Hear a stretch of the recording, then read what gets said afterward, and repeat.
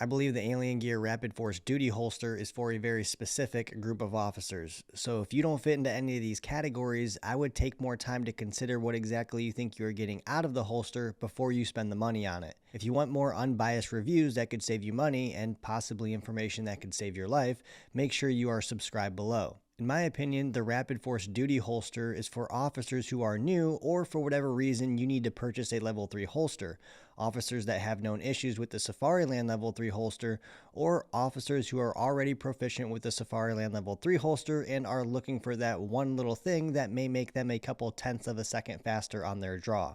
I did not pay for this holster and I was sent the holster by Alien Gear, but the reason I wanted to try this holster is because I fit into all the above 3 categories I just mentioned. At the time, I had to go from a level 2 holster to a level 3, and when I did that, I sort of reconfirmed after all of the years without the level 3, my lack of consistency to defeat the hood retention on the Safariland holster because of the size of my hand. I know that with enough time this could seemingly be a non-issue, but because I have smaller hands, I have to actually push my firing hand slightly more forward on the Safariland holster to ensure I defeat the hood, rather than having the ability to maintain my firing hand in a more neutral position while letting my thumb do all of the work defeating the hood. More movement out of my firing hand means my hand is briefly out of position to properly draw my handgun, even if it's only for a brief moment. Sure, I could really stretch my thumb out there to clear the hood, but to me it's something that I couldn't guarantee I would complete every time. The Alien Gear Rapid Force holster mitigates this problem for me because in order to defeat the hood retention, you simply press down instead of pushing the hood forward,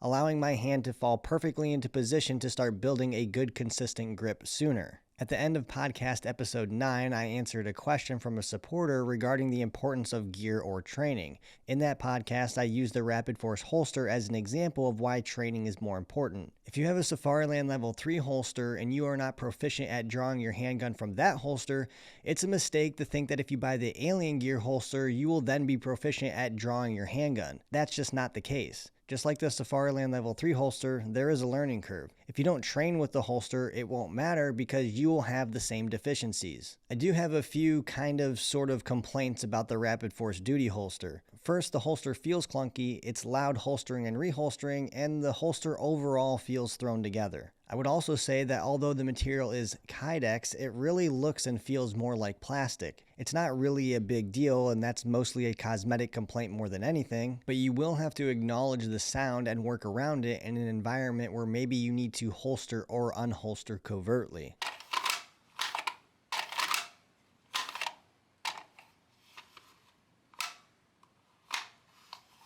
This was just something I immediately noticed going from the Safariland to the Rapid Force. My second complaint, which is something that I have had some experience and frustration with Alien Gear holsters in the past, is all the screws and bolts it takes to keep the many parts together and the holster itself actually being 2 pieces. I personally don't like a lot of moving parts when it comes to gear.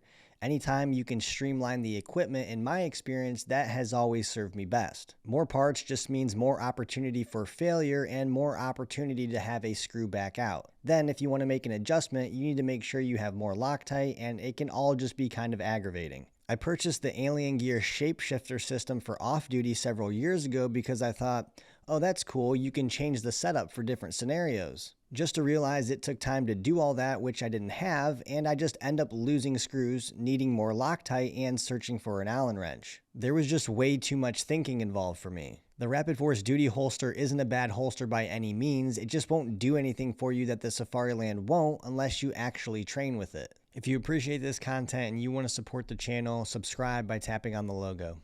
118, tell this my family hello. I can't copy. I want family hello. We got crews coming.